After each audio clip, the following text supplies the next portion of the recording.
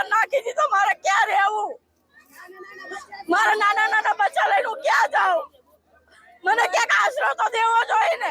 ગોંડલમાં આખરે ગોંડલી નદી પર વર્ષોથી જામી બેઠેલા ગેરકાયદેસર દબાણો પર બુલડોઝર ફર્યું છે, પરંતુ આ કાર્યવાહી સાથે એક સવાલ પણ ઊભો થયો છે કે શું આ કાર્યવાહી એ માત્ર નદી કાંઠાના ગરીબોના આશિયાના સુધી સીમિત રહેશે કે પછી શહેરમાં પ્લાન વગર ધમધમતા ગેરકાયદેસર બાંધકામો સામે પણ તંત્ર એટલું જ કડક વલણ અપનાવશે?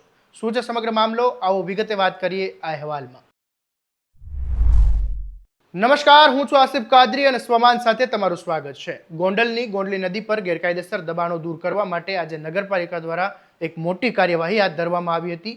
સંગ્રામજી હાઈસ્કૂલ પાસે નદી પર બની રહેલા બ્રિજના કામમાં અડચણરૂપ બનતા અંદાજે 70 મીટર જેટલા દબાણો દૂર કરવામાં આવ્યા હતા. આ ઉપરાંત બાલા આશ્રમ વિસ્તારમાં પણ દબાણો હટાવવાની કામગીરી હાથ ધરવામાં આવી હતી. અને મહત્વની વાત એ છે કે આ કાર્યવાહી એ કોઈ અચાનક રીતે કરવામાં નહોતી આવી, પરંતુ તંત્ર દ્વારા 1 મહિના અગાઉ જ આ દબાણકારોને નોટિસ આપવામાં આવી હતી અને સ્વૈચ્છિક રીતે દબાણ દૂર કરવા માટે સમય પણ આપવામાં આવ્યો હતો.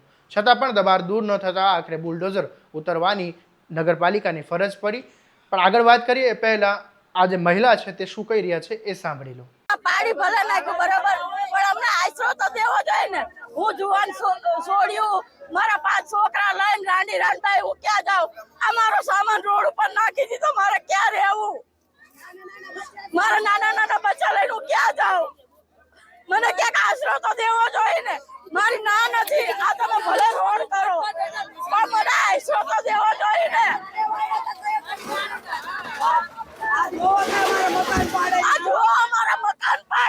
કાર્યવાહી દરમિયાન વિવાદ પણ સર્જાયો હતો. શરૂઆતમાં પોલીસ અને પીજીવીસીએલના અધિકારીઓ હાજર ન રહેતા સ્થિતિ તંગ બની ગઈ હતી. બાદમાં પોલીસનો કાફલો સ્થળ પર પહોંચતા જ સમગ્ર કાર્યવાહી શાંતિપૂર્ણ રીતે આગળ વધારવામાં આવી હતી. અને બીજી તરફ ગોંડલ નગરપાલિકાના કારોબારી ચેરમેન રાજબા જાડેજાએ અસરગ્રસ્ત પરિવારોને સરકારી આશ્રય સ્થાનમાં રહેવાની તેમજ ભોજનની વ્યવસ્થા કરવામાં આવશે તેવી ખાતરી આપી હતી, જેના કારણે કાર્યવાહી દરમિયાન માનવતાનો એક અભિગમ જોવા મળ્યો હતો. પરંતુ સમગ્ર કાર્યવાહી બાદ હવે શહેરમાં એક નવી ચર્ચા શરૂ થઈ છે કે ગોંડલી નદીના કાંઠે થયેલા ગેરકાયદેસર જે દબાણો છે તે દૂર થઈ ગયા તે યોગ્ય છે, પરંતુ શું માત્ર નદી કાંઠા પર જે ગેરકાયદેસર બાંધકામો થયા હતા, શહેરના અનેક વિસ્તારોમાં પ્લાન વગર ઊભા થયેલા બહુમાળી બિલ્ડિંગો, વ્યવસાયિક કોમ્પ્લેક્સો અને અન્ય ગેરકાયદેસર જે બાંધકામો છે તે વર્ષોથી ધમધમી રહ્યા છે, શું તેમની સામે પણ આવી જ કડક કાર્યવાહી થશે કે પછી કાયદાનો દંડો એ માત્ર ગરીબોના ઝૂંપડા સુધી સીમિત રહેશે?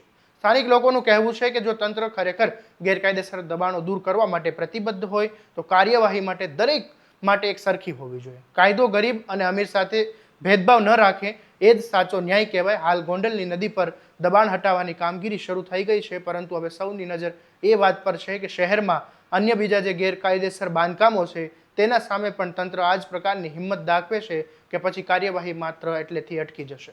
આવા દરેક અપડેટ માટે તમારા સ્વમાનને સબસ્ક્રાઇબ કરવાનું અને આ વિડીયોને શેર કરવાનું ભૂલતા નહીં. નમસ્કાર.